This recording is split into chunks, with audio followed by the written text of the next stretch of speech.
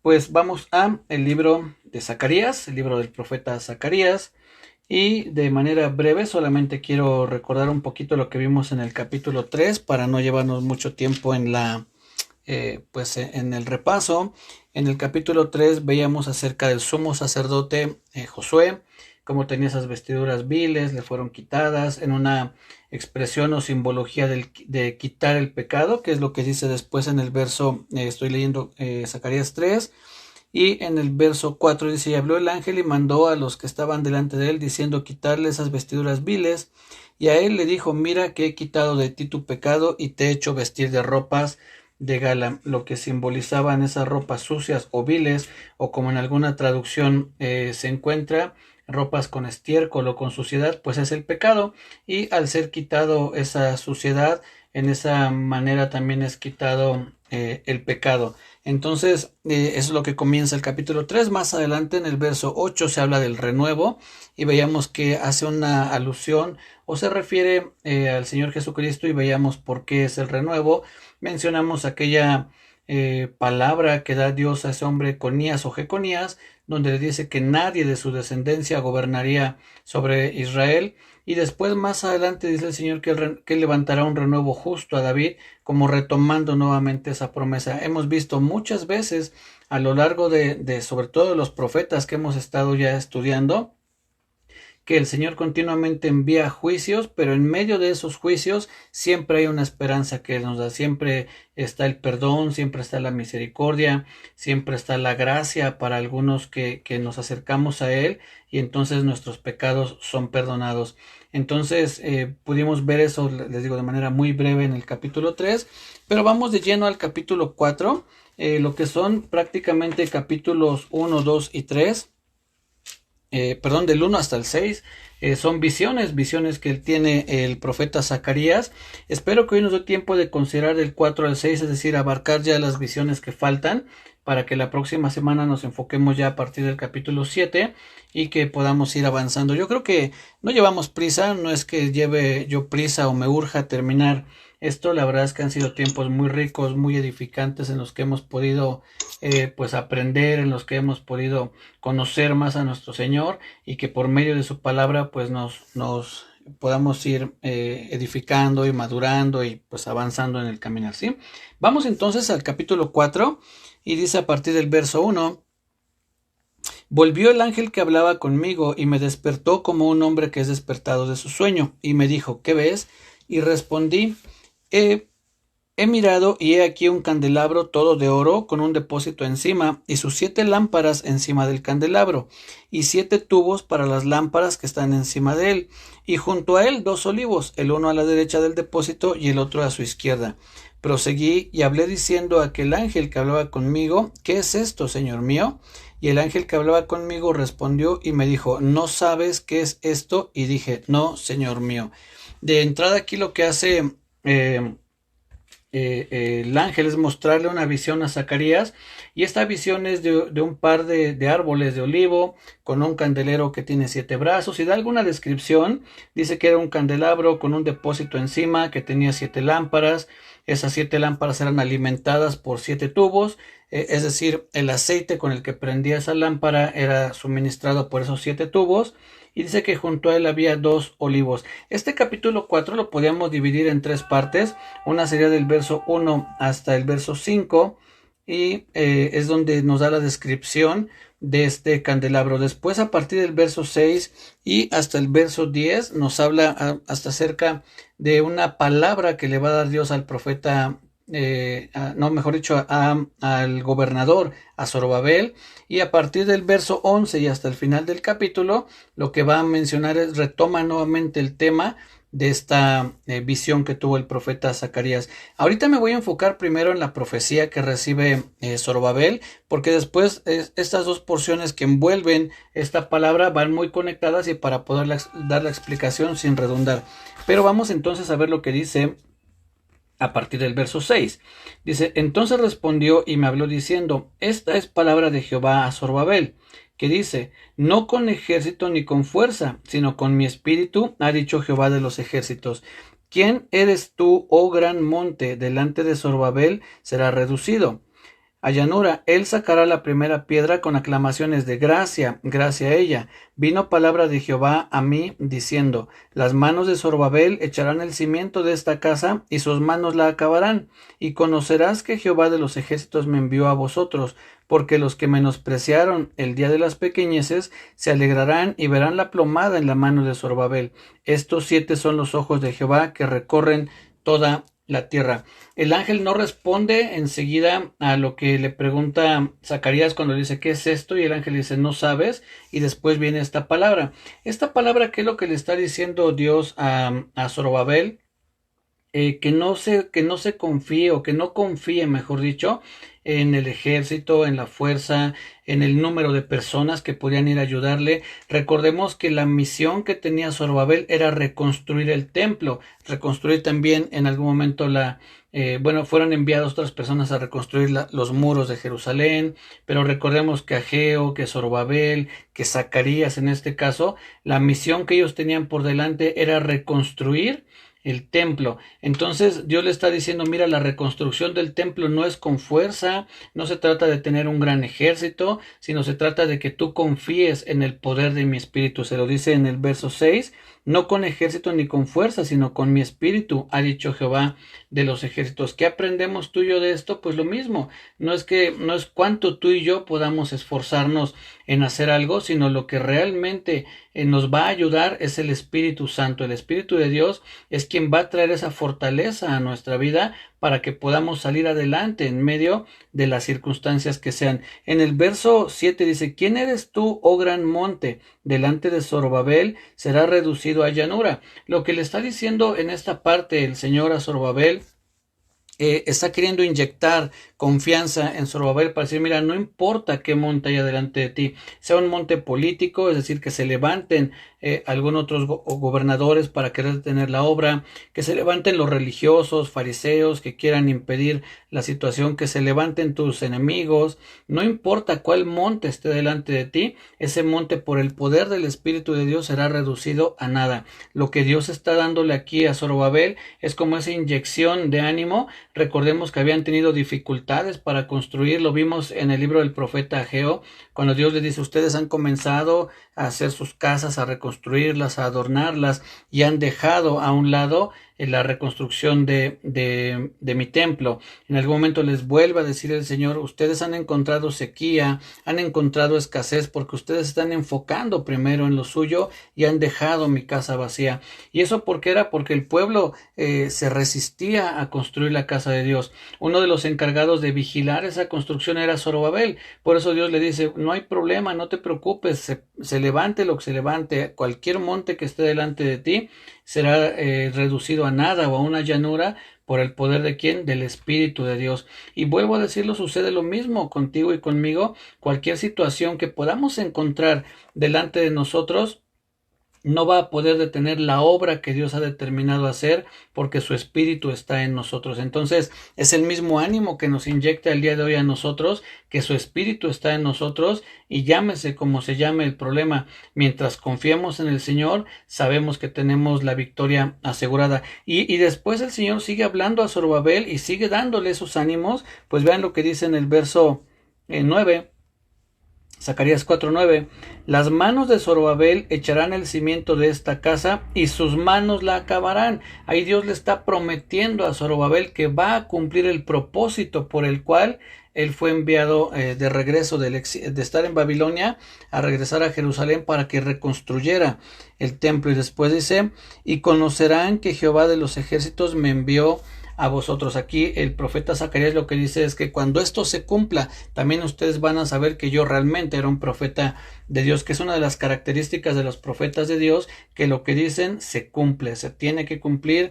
No hay que, bueno, sí, Dios dijo, pero creo que yo no entendí, a lo mejor parece que, bueno, no, lo que Dios decía se tiene, o lo que Dios dice, se tiene que cumplir. Esto vamos a estar profundizando un poquito el jueves, primeramente Dios, cuando estemos hablando acerca de los ministerios que menciona en Efesios, desde apóstoles y al final cuando dice pastores y maestros, y vamos a estar viendo acerca de cada uno de esos ministerios. Les decía cuál está en función, cuál ya no está vigente, si está vigente, de qué manera está operando, y creo que va a ser algo interesante. Les invito a que no se pierdan la reunión del jueves, ¿sí? Entonces, le dice Dios que lo que Él le ha prometido, a que el propósito por el cual fue enviado se va a cumplir. Él va a comenzar, Él va a echar el cimiento, que sabemos que es lo primero que se hace cuando se va a edificar una construcción, y después entonces le dice, y tus manos la acabarán. Ahí está Dios asegurándole, diciéndole, no te preocupes, Zorobabel, mi espíritu va a estar con ustedes y vas a llevar a cabo la tarea que se te encomendó. Y esto es algo muy similar, es decir, la dependencia del Espíritu Santo, el que Él nos ayude, el que nosotros podamos contar con el Espíritu Santo en nuestra vida es tan importante que el mismo Señor Jesucristo lo mencionó en su ministerio terrenal cuando dijo, el Espíritu del Señor está sobre mí por cuanto me ha ungido para, es decir, el propósito de que el Espíritu de Dios esté en mí es para llevar a cabo la obra que Dios puso delante, en este caso del Señor Jesús. ¿Cuál era esa obra? Pues predicar el Evangelio, sanar a los pobres, lo que en algún momento podemos ver que ahí mismo el Señor Jesús dice.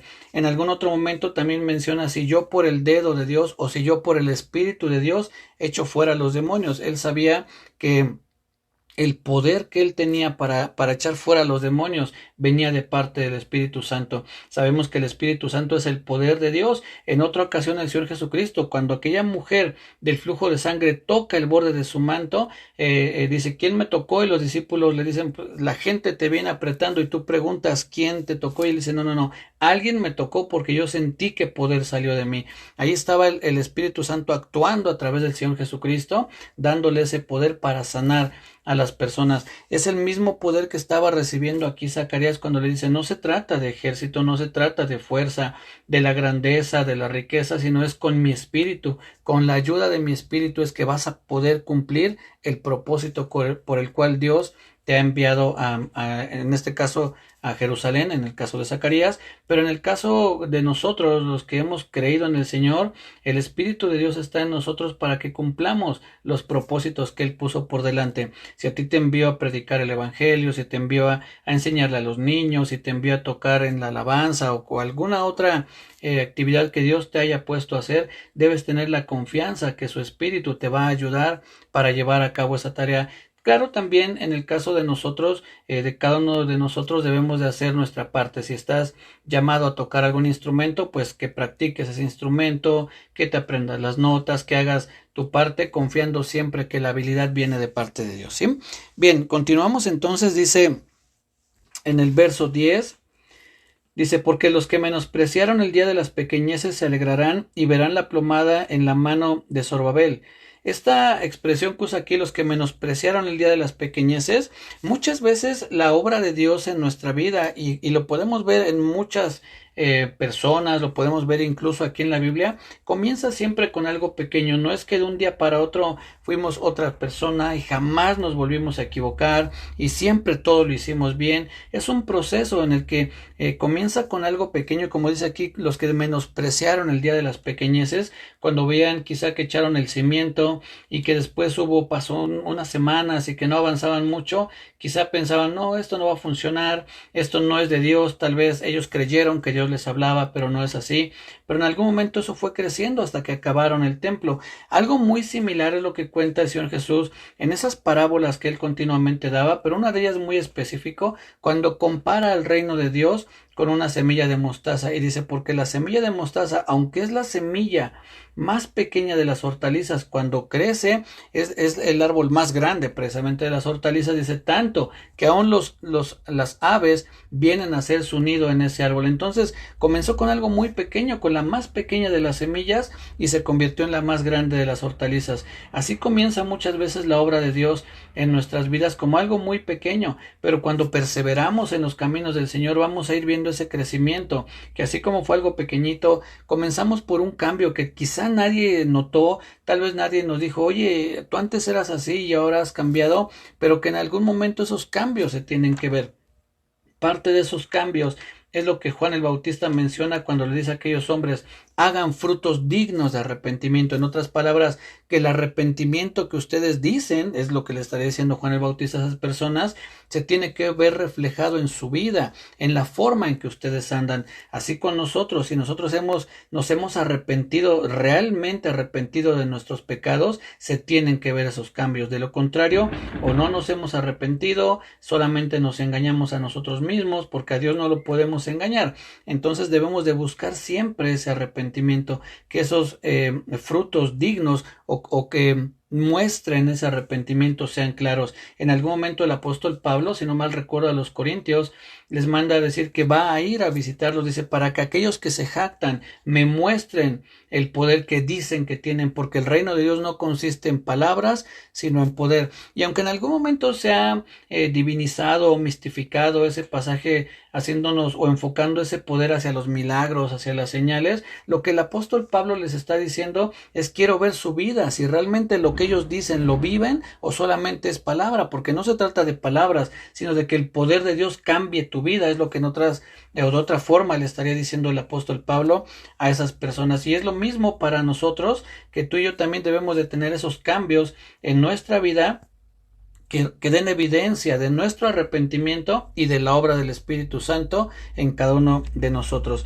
Entonces, esto lo comento porque dice aquí que menospreciaron las pequeñeces, pero en algún momento ellos mismos se alegrarán al ver que lo que Dios había dicho se estaba cumpliendo.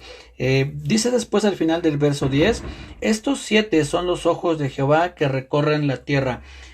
Ya en diferentes ocasiones he mencionado que para poder interpretar o entender algún pasaje tenemos que acudir al contexto, es decir, a los versos que rodean ese pasaje. En este caso, cuando dice estos 7 son los ojos de Jehová que recorren la tierra, tenemos que regresarnos un poquito para ver en qué otra parte menciona algún 7 que nos dé la idea. Y esto lo vemos entonces al principio, cuando Zacarías está teniendo la visión y dice que ve un candelabro todo de oro con un depósito encima. Estoy leyendo el verso 2: y sus 7 lámparas encima del candelabro. Entenderíamos que cuando dice estos 7 se refiere a esas 7 lámparas que dice que son los ojos de Dios que recorren toda la tierra. Y la idea que da eso es, bueno, que Dios está vigilando toda la tierra, claramente a su pueblo, para darle seguridad, para darle fortaleza, para darle su presencia. Pero en el caso de la tierra en general, es decir, de aquellos que no forman parte del pueblo de Dios, entonces para estar viendo sus obras y en algún momento darles conforme a esas obras que han hecho. Ahorita vamos a ver un poquito más adelante, cuando tiene otra visión Zacarías, ya nos habla claramente de ese juicio. Pero bien, vamos a entrar entonces, ya una vez claro esto, cuando habla del Espíritu de Dios, vamos a ver a qué se refiere la visión que tiene Zacarías. Les voy a compartir una imagen que encontré, creo que la vieron en la invitación que les envié. Es una imagen acerca de los 2 olivos, y nada más que dejen veo, posiblemente esté aquí. A ver, vamos a ver si es esta. Les voy a pedir si alguien por ahí me puede decir si se está compartiendo la pantalla, si seguimos conectados. Ok, permítanme un segundito, esa no era. Compartir pantalla. A ver si es esta. Ok, creo que ahora sí ahí la están viendo. Estos son 2 olivos, 2 árboles de olivo que están juntos. Ok, muy bien, gracias, muchas gracias. Estos son 2 árboles de olivo, pero en sí la que quería mostrar es esta. Uy, no sé qué pasó por ahí. Creo que ya no se ve. Ahí está. A ver si es esa. Ok, ahí está. Estos representarían los 2 olivos. Espero que se esté viendo. Aquí está el candelabro con sus 7 brazos, el depósito y los tubos por los que estos 2 olivos están derramando aceite sobre este depósito. Este aceite a su vez lleva el aceite, perdón, depósito lleva el aceite a las lámparas, y la idea que nos da es que están continuamente siendo alimentadas de aceite para que esa lámpara continúe prendida. En otras palabras, que Dios no se va a distraer, Dios no se va a dormir. Si esos 7 brazos representan los 7 ojos de Dios, como lo vimos, como estamos tratando de entenderlo, entonces lo que pensaríamos es que ese candelabro siempre va a estar prendido, pues tiene a su lado 2 olivos que están continuamente derramando aceite en ese depósito para que las lámparas continúen prendidas, y entonces siempre haya un cuidado de Dios para su pueblo, que en este caso somos nosotros los que hemos creído en él. Y después dice, bueno, ya tienen la idea de más o menos cómo es la visión que tuvo Zacarías, y después dice en el verso 11: hablé más y le dije, ¿qué significan estos 2 olivos a la derecha del candelabro y a su izquierda? Hablé aún de nuevo y le dije, ¿qué significan las 2 ramas de olivo que por medio de 2 tubos de oro vierten de sí aceite como oro? Y me respondió diciendo, ¿no sabes qué es esto? Y dije, Señor mío, no. Y él dijo, estos son los 2 ungidos que están delante del Señor de toda la tierra. Este pasaje, pues no sé si a algunos les pasó como a mí, me recuerda enseguida viene a mi mente Apocalipsis, pero antes de ir a Apocalipsis tendríamos que revisar primero en el libro de Zacarías a qué personajes menciona, cuáles son los personajes más cercanos que menciona. Recordemos que cuando el ángel le está hablando a Zacarías y le dice, estos son los 2 ungidos, Zacarías no conocía, no tenía idea de que en algún momento se iba a escribir el Apocalipsis, o al menos eso pienso, que él no sabía, pero la realidad es que no estaba escrito el Apocalipsis como para que Zacarías pudiera decir, sí, también en Apocalipsis habla de 2 ungidos, y entonces él pudiera tratar de interpretar lo que el ángel estaba diciendo. Pero al momento que Zacarías recibe esta expresión, cuando dice, estos son los 2 ungidos, entendemos que Zacarías en ese momento sabía a quién se refería, incluso por las 2 preguntas que le hace el ángel. 2 veces le dice, ¿no sabes qué es esto? Como dando a entender que él tendría que saber, como dándole a entender, Zacarías, tú tendrías que saber qué es esto. Zacarías le dice, pues no sé. Entonces, hay 2 posibles interpretaciones en cuanto a quiénes son estos 2 ungidos aquí en el libro de Zacarías. No estoy hablando de los de Apocalipsis, sino de aquí de este libro. Uno de ellos que sería Zorobabel, precisamente, que viene hablando de él un poco antes, y en el capítulo 3 está hablando acerca de Josué, el sumo sacerdote. Esa es una de las posturas, que uno de esos 2 testigos es Josué, quien representa el sacerdocio de Dios, y por otra parte Zorobabel, que representa el gobierno, es decir, quien estaba al frente, o el reinado, o quien estaba gobernando al pueblo de Israel. Algunos otros dicen que es posible también que se refiera a Zacarías y a Ageo, que eran los 2 profetas que estaban profetizando en ese mismo tiempo. Piensan que se refiere a ellos, tanto a Ageo como a Zacarías, porque por ser profetas tenían una revelación directa de Dios para guiar al pueblo. Sinceramente, a mí no se me hace ese el mejor acercamiento. No estoy diciendo que esté mal, solamente digo que a mí me parece que es más certero pensar en Zorobabel, y en Josué pues es de quien se menciona un poco antes, de quien está más cerca hablando, un poco antes de Zorobabel y un poco antes de Josué, y pensando en que de alguna manera Dios siempre tiene en mente el gobierno. Recordemos a los reyes que hubo, pero también a los sacerdotes que estaban ministrando en el templo. Entonces yo me inclinaría más por pensar que estos 2 testigos se refieren a Josué, el sumo sacerdote, y a Zorobabel, el gobernador de Judá, que son quienes en ese momento estaban al frente del pueblo, uno como sumo sacerdote y el otro como gobernador, y entonces Dios de alguna forma ejercía su obra de gobierno, tanto en lo político, si podemos decirlo así, y en lo religioso, por medio de estos 2 hombres. Eso es lo que yo puedo entender en este pasaje. De lo que esté hablando en Apocalipsis no me parece que esté tan relacionado con esto. En algún momento podemos tratar de estudiar esa parte de Apocalipsis, pero pues tendrá que ser en un tiempecillo más. De momento quedémonos con esto, con lo que es más cercano a lo que estamos estudiando, lo que suponemos entendió Zacarías. Insisto, él no creo que no se haya remontado al final de los tiempos, y yo creo que él entendió de primera mano que se estaba refiriendo a Zorobabel, y en su caso a Josué, o posiblemente a él mismo como profeta de Dios, y a Ageo, quienes estuvieron profetizando al mismo tiempo. Entonces eso ya quedaría a consideración. Y después entramos al capítulo 5, una nueva visión que tiene el profeta Zacarías. Dice, de nuevo alcé mis ojos y miré, y aquí un rollo que volaba. Y me dijo, ¿qué ves? Y respondí, veo un rollo que vuela de 20 codos de largo y 10 codos de ancho, aproximadamente 10 metros por 5. Es casi un espectacular como los que hoy vemos en las carreteras o en las calles, más o menos, a lo mejor no tan grandes, son más grandes los espectaculares de hoy, pero para que tengamos una idea, era un anuncio muy grande, es decir, comparándolo con los anuncios. Dice, entonces me dijo, esta es la maldición que sale sobre la faz de toda la tierra, porque todo aquel que hurta, como está de un lado del rollo, será destruido, y todo aquel que jura falsamente, como está del otro lado del rollo, será destruido. Yo la he hecho salir, dice Jehová de los ejércitos, y vendrá a la casa del ladrón y a la casa del que jura falsamente en mi nombre, y permanecerá en medio de su casa y la consumirá con sus maderas y con sus piedras. Menciona solamente 2 pecados aquí. No es que solamente por esos pecados vengan los juicios de Dios, sino lo hace de una manera representativa. El que roba, pues está pecando en contra de su hermano, y el que jura falsamente estaría pecando en contra de Dios. Recordemos que los israelitas, cuando juraban, lo hacían en el nombre de Dios, juraban por Dios, y entonces eso les hacía su palabra como una palabra válida, como una palabra que tenía peso. Entonces aquellos que juraban falsamente pecaban contra Dios, y los que robaban pecaban contra su hermano. Podemos pensar que lo que representan esos 2 pecados es el pecado hacia mi prójimo y hacia Dios. Y lo que habla aquí es que ese rollo que contenía esos pecados es enviado como un juicio. Dice en el verso 3, entonces me dijo, esta es la maldición que sale sobre la faz de toda la tierra.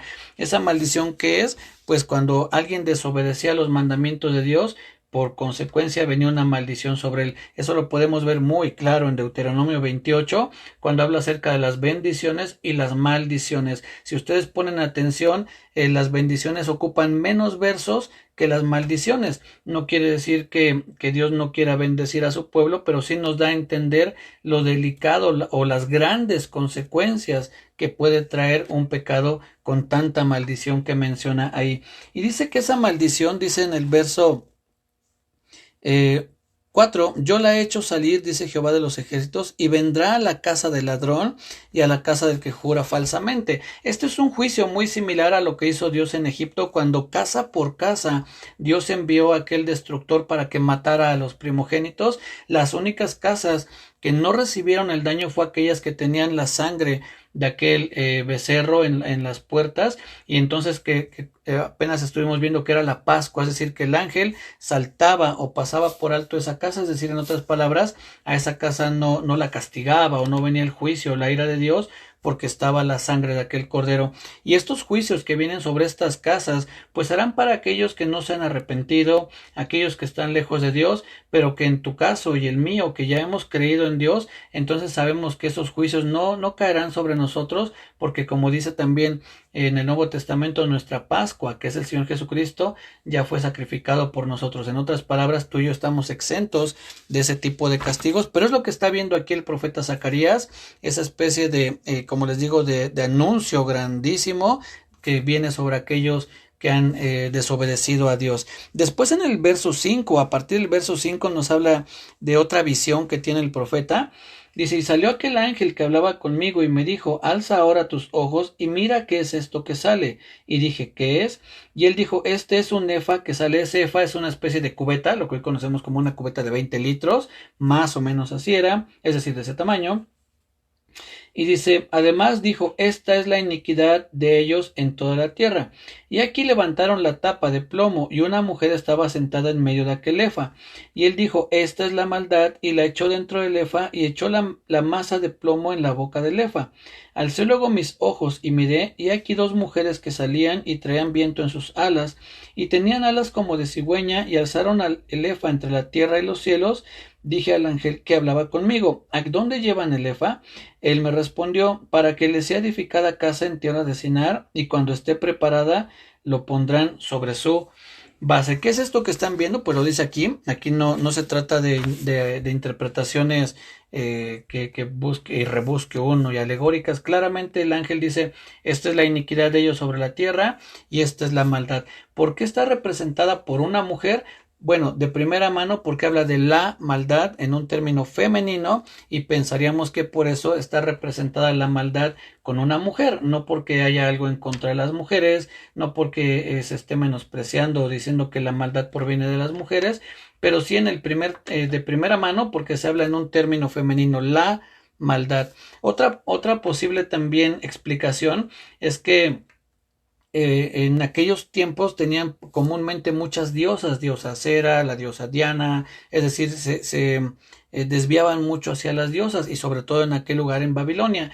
Pero también una más es que muchas veces cuando Dios le dice a su pueblo que lo han abandonado, que lo han cambiado por dioses ajenos, dice que han fornicado. Entonces entendemos que para que el pueblo, que en este término es masculino, fornique tendría que ser con alguien femenino. Entonces posiblemente esa sea la explicación de por qué la maldad está representada por una mujer y no porque Dios tenga algo en contra de las mujeres. Entonces lo que está viendo aquí el profeta Zacarías, en pocas palabras, es que la maldad es quitada de la tierra. Esa maldad que está en esa como cubeta, dicen que quitan la tapa de plomo y entonces se dan cuenta que hay una mujer que es la maldad. Esa mujer quiere salir porque dice que es metida nuevamente en el efa, es puesta la tapa y entonces vienen dos mujeres con alas como de cigüeña y es interesante porque por lo que estuve estudiando las cigüeñas cuando migran atraviesan por Israel y vuelan hacia el norte, que es hacia el mismo lugar que se llevan la maldad de estas mujeres con alas de cigüeña, ¿no? Es lo que menciona ahí. Pero bueno, básicamente la visión lo que dice es que se llevan la maldad de la tierra. Hay algo que se da curioso, los israelitas estaban regresando del norte hacia su tierra y la maldad es quitada de la tierra de los israelitas y llevada al norte. Que hay en el norte, pues como dice aquí, es llevada a la tierra de Sinar, en otras palabras de Babel o Babilonia. Y vemos como ya después en Apocalipsis menciona que a Babilonia como ese lugar de maldad, ¿no? Como donde se esparce la maldad por todo el mundo. Entonces es interesante que la maldad es quitada de la tierra que Dios habita, porque es decir, yo sé que Él habita en toda la tierra, pero Él prometió su presencia en Jerusalén, y entonces de esa manera representativa es quitada la maldad del lugar donde Dios va a morar y es llevada hacia aquel lugar que es Babilonia, que siempre representa los enemigos de Dios. Siempre los enemigos de Dios venían del norte y algunos que no venían tan del norte tenían que entrar por el norte, era el lugar donde ellos podían atacar a Jerusalén. Algunos de los enemigos de Dios venían del sur, como en el caso de Egipto o de Israel, en este caso enemigos de Israel, pero mayormente los problemas siempre han venido del norte, ya sea, insisto, que fueran de ese lugar o al menos por ese lugar tenían que entrar para poder atacar a Israel. Entonces, esta visión que tienes que la maldad en algún momento va a ser erradicada de la tierra y va a ser llevada pues lejos del pueblo de Dios. Entonces, eso es lo que significa esta visión. Si ustedes, o al menos es lo que yo creo, es lo que me parece más cercano a una interpretación correcta, una interpretación pues con fundamentos bíblicos. Quizá haya alguna otra persona que lo interprete de otra manera, tendrá sus fundamentos y habría que pues también escuchar, ¿no? A ver qué es lo que otra persona dice. No estoy queriendo decir que yo tengo toda la revelación o el conocimiento, pero con base en lo que puedo encontrar aquí mismo en el pasaje, pues esta es la interpretación que más me convence. Bien, vamos a ver después en el capítulo 6, verso 1. De nuevo alcé mis ojos y miré, y aquí 4 carros que salían de entre 2 montes, y aquellos montes eran de bronce. En el primer carro había caballos alazanes, en el segundo carro caballos negros, en el tercer carro caballos blancos, y en el cuarto carro caballos overos, rucios, rodados. Vuelvo a decir como lo expliqué en algunos de los capítulos anteriores, a mí no me parece que los colores tengan algo en especial, solamente se me figura que los mencionan como para hacer una diferencia entre los distintos carros que había. Recordemos que vimos que al principio del estudio que salían caballos, aquí ya son carros, ya no son solamente caballos, sino eran carros que llevaban, suponemos, o lo que puede representar el ejército de Dios. Y entonces dice en el verso 4, respondí entonces y dije al ángel que hablaba conmigo, Señor mío, ¿qué es esto? Y el ángel me respondió y me dijo, estos son los 4 vientos de los cielos. Esa palabra vientos también se podría traducir como espíritus. Estos son los 4 vientos o los 4 espíritus. Recordemos que la palabra que se utiliza para espíritu tanto en hebreo como en griego son muy similares o se utilizan indistintamente, que en hebreo es el ruaj, yo creo que lo han escuchado en algunas veces, y en el griego es neuma, se refiere tanto a viento como a espíritu. Y dice entonces, verso 5 son los 4 vientos de los cielos que salen después de presentarse delante del Señor de toda la tierra. El carro con los caballos negros salía hacia la tierra del norte, que es lo que les decía, hacia los enemigos de Dios. Y los blancos salieron tras ellos, es decir, 2 grupos de caballos van hacia el norte. Después dice en el verso 6, y los overos salieron hacia la tierra del sur, y los alazanes salieron y se afanaron por ir a recorrer la tierra, y dijo, id, recorrer la tierra, y recorrieron la tierra. Luego me llamó y me habló diciendo, mira, los que salieron hacia la tierra del norte, hicieron reposar mi espíritu en la tierra del norte. ¿Qué podemos entender? Que estos 2 grupos de carros que salieron hacia el norte fueron a derrotar a los enemigos de Dios. Recordemos, insisto, que la mayor parte de las veces que Israel era atacado eran por gente del norte. Entonces pensaríamos que esos 2 grupos de caballos fueron a derrotar a los enemigos de Dios, pues dice en el verso 8, al final del verso 8, los que salieron hacia la tierra del norte hicieron reposar mi espíritu. En otras palabras, y me parece que una forma en que podemos entender esto es, hicieron reposar mi ira. Recordemos que hay veces que podemos encontrar a alguien que dice que el Señor Jesús, por ejemplo, dice, se regocijó en espíritu. Es decir, dentro de uno se regocija, así como también dentro de uno nos podemos airar, puede haber enojo. Entonces, la manera en que debemos entender esto es, hizo reposar mi enojo o el enojo de mi espíritu. ¿Por qué habría de reposar o por qué habría de calmar esa ira? Pues de qué otra forma sino derrotando a los enemigos que tantas veces le dieron batalla al pueblo de Dios. Mis hermanos, nos queda menos de 1 minuto y me gustaría acabar el capítulo 6. Les pediría por favor que se conecten. Voy a terminar esta reunión y nos volvemos a conectar para terminar el capítulo 6 y que ya la próxima semana podamos comenzar con la segunda parte del libro, pero no quiero pues terminarlo así de manera rápida. Entonces voy a finalizar esta reunión y les invito a que se conecten. Bien, continuemos entonces. Terminé diciéndoles que lo que veíamos en esta parte, en esta visión que tiene, la última visión que menciona aquí en esta sección el profeta Zacarías, es acerca de esos carros que representarían el ejército de Dios, que representan el poder que Dios envía a la tierra para destruir a sus enemigos. 2 de esos grupos se van hacia el norte, que es donde les decía muchos de los enemigos de Israel llegaban, y solamente un grupo de caballos o de carros se va hacia el sur, que posiblemente es donde estaba o representando a Egipto, que también fueron de sus grandes enemigos. Otra manera de entenderlo solamente es que tanto de norte a sur, como muchas veces se dice, ¿no? Entonces los enemigos de Dios serían derrotados de norte a sur. Es también de una manera en la que podemos entender que el ejército de Dios se despliega, mejor dicho, para acabar con sus enemigos. Y entonces por eso es que al final dice que ese grupo de caballos hicieron reposar el espíritu o la ira del espíritu de Dios. Y a partir del verso 9 dice, vino a mí palabra de Jehová diciendo, toma de los del cautiverio a Heldai, a Tobías, a Jedaías, los cuales volvieron de Babilonia, e irás tú en aquel día y entrarás en casa de Josías, hijo de Sofonías, tomarás pues plata y oro y harás coronas, y las pondrás en la cabeza del sumo sacerdote Josué, hijo de Josadac, y le hablarás diciendo, así ha hablado Jehová de los ejércitos, diciendo, he aquí el varón cuyo nombre es el renuevo, el cual brotará de sus raíces, edificará el templo de Jehová. Él edificará el templo de Jehová, y él llevará gloria, y se sentará, y dominará en su trono, y habrá sacerdote a su lado, y consejo de paz habrá entre ambos. Las coronas servirán a Elem, a Tobías, a Jedaías, y a En, hijo de Sofonías, como memoria en el templo de Jehová.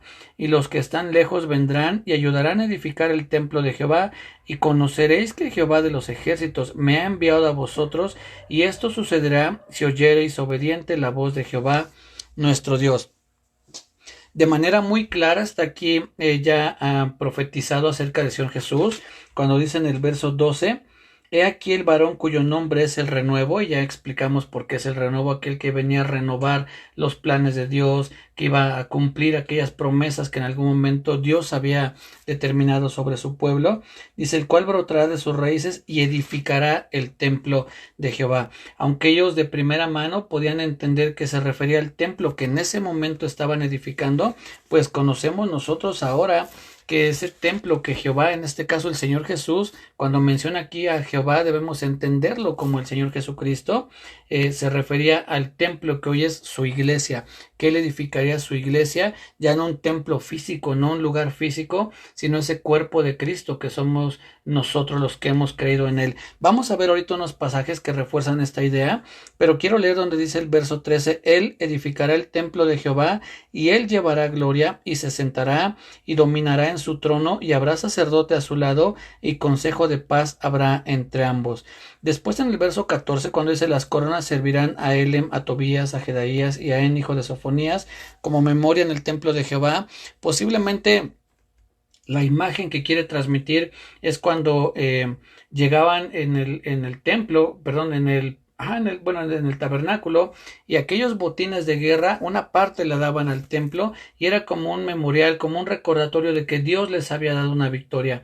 Y en este caso, la victoria que Dios les había dado era por medio de esas coronas. Una corona representaba muchas veces la victoria, no siempre realeza. En algunas ocasiones representaba la victoria que obtenían, y estos hombres que menciona aquí, dejar sus coronas en el templo era como ese recordatorio, como ese memorial de que Dios les había dado la victoria.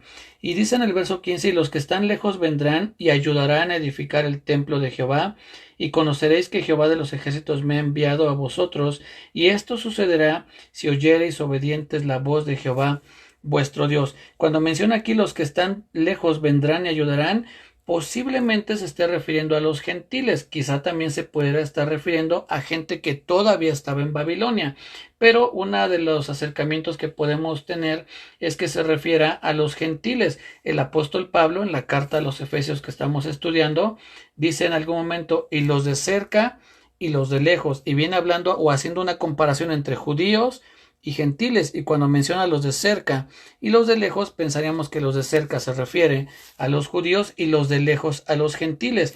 En esta porción que estamos estudiando, le está hablando directamente a los judíos. Pensaríamos entonces que cuando habla de los que están lejos, se refiere de alguna manera a los gentiles, que en algún momento también íbamos a ser parte del templo que aquí se menciona, pues si los que están lejos vendrán y ayudarán a edificar el templo. Si lo tomamos de esta manera, lo que estamos haciendo nosotros en este momento, que es edificarnos unos a otros, somos parte del pueblo gentil que estamos ayudando al Señor Jesucristo a edificar su iglesia, o al menos si no, a edificarnos unos a otros, a fortalecernos, a animarnos, a que podamos llegar a la madurez.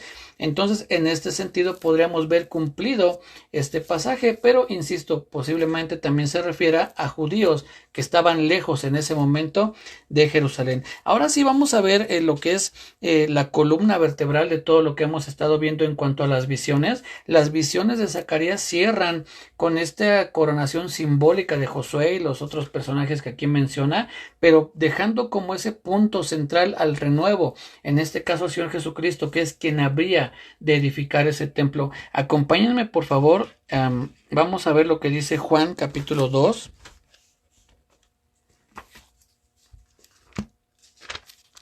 El Evangelio de Juan capítulo 2, y vamos a ver lo que dice aquí el Señor Jesucristo acerca de la obra que él tenía que hacer. Dice Juan 2 a partir del verso 19, respondió Jesús y les dijo, destruid este templo y en 3 días lo levantaré. Dijeron luego los judíos, en 46 años fue edificado este templo y tú en 3 días lo levantarás.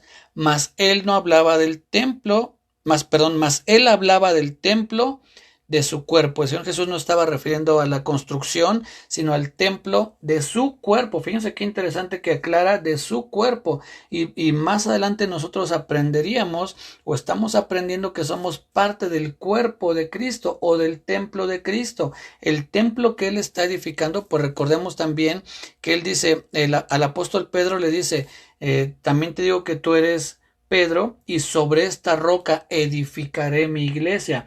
Ahora nosotros somos esa construcción, ya no un templo físico, sino el templo que él está construyendo, es decir, su mismo cuerpo, el cuerpo de Cristo, que es la iglesia, él mismo lo está edificando. Entonces vemos cómo cuando se menciona en Zacarías esa profecía apunta directa y claramente a la obra del Señor Jesucristo en cada uno de nosotros, los que estamos siendo edificados. Acompáñenme a Pedro, a la primera carta del apóstol Pedro, para que vean lo que dice ahí el apóstol acerca de esto que les estoy mencionando. Primera de Pedro 2, verso 4, dice: acercándose a él, piedra viva, desechada ciertamente por los hombres, mas para Dios escogida y preciosa. Vosotros también, como piedras vivas, sed edificados como casa espiritual y sacerdocio santo, para ofrecer sacrificios espirituales aceptables a Dios por medio de Jesucristo. Aquí nuevamente se nos da esa misma imagen, como una piedra viva debe ser edificado como una casa espiritual y sacerdocio santo para ofrecer sacrificios espirituales aceptables a Dios.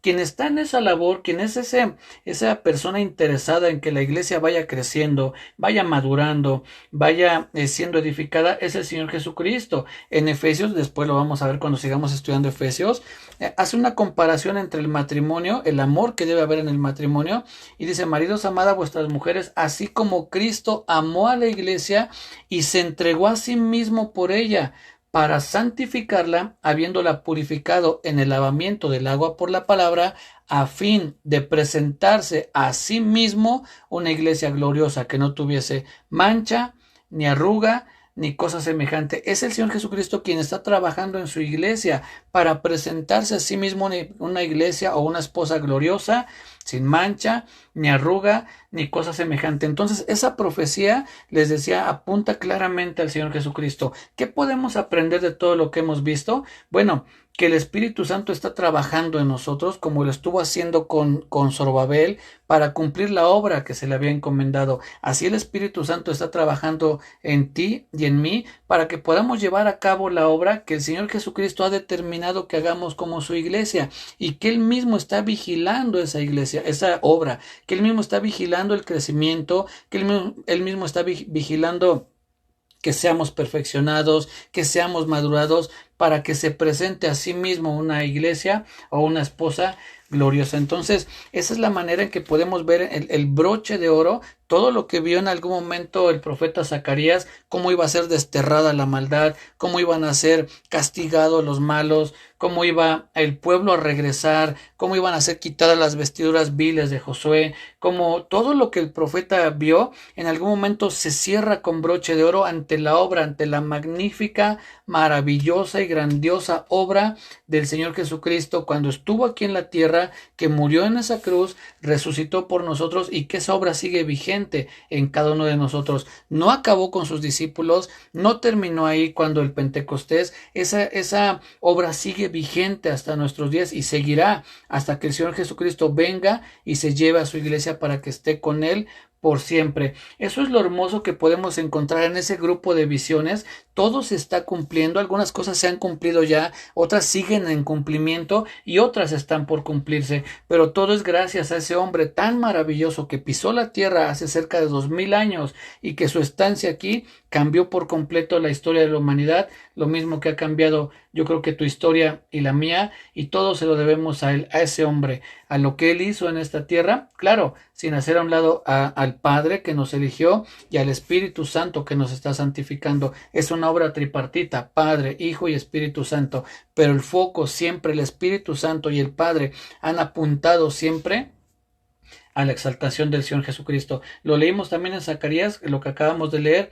cuando dice: y Él llevará gloria, es decir, la gloria será para Él, y la gloria sí es para nuestro Señor Jesucristo. Vivamos siempre agradecidos por esa obra, por lo impresionante que es la palabra de Dios, que nos lleva de un lugar a otro, pero que siempre nos habla de la misericordia de Dios, del amor de Dios, de los planes de Dios, por medio de su elección, de la santificación del Espíritu Santo y la redención que encontramos en nuestro Señor Jesucristo. Así es que esta es la forma en que encontramos al Señor Jesús en la primera parte del profeta Zacarías. Espero que haya haya sido claro con lo que compartí y que haya sido de bendición para cada uno de nosotros. Que Dios les bendiga y no dejemos de adorar a ese ser tan maravilloso que es nuestro Señor Jesucristo. Cuídense mucho, nos vemos el jueves. Muchísimas gracias por volverse a conectar y espero que no les haya alterado sus tiempos. Dios les bendiga.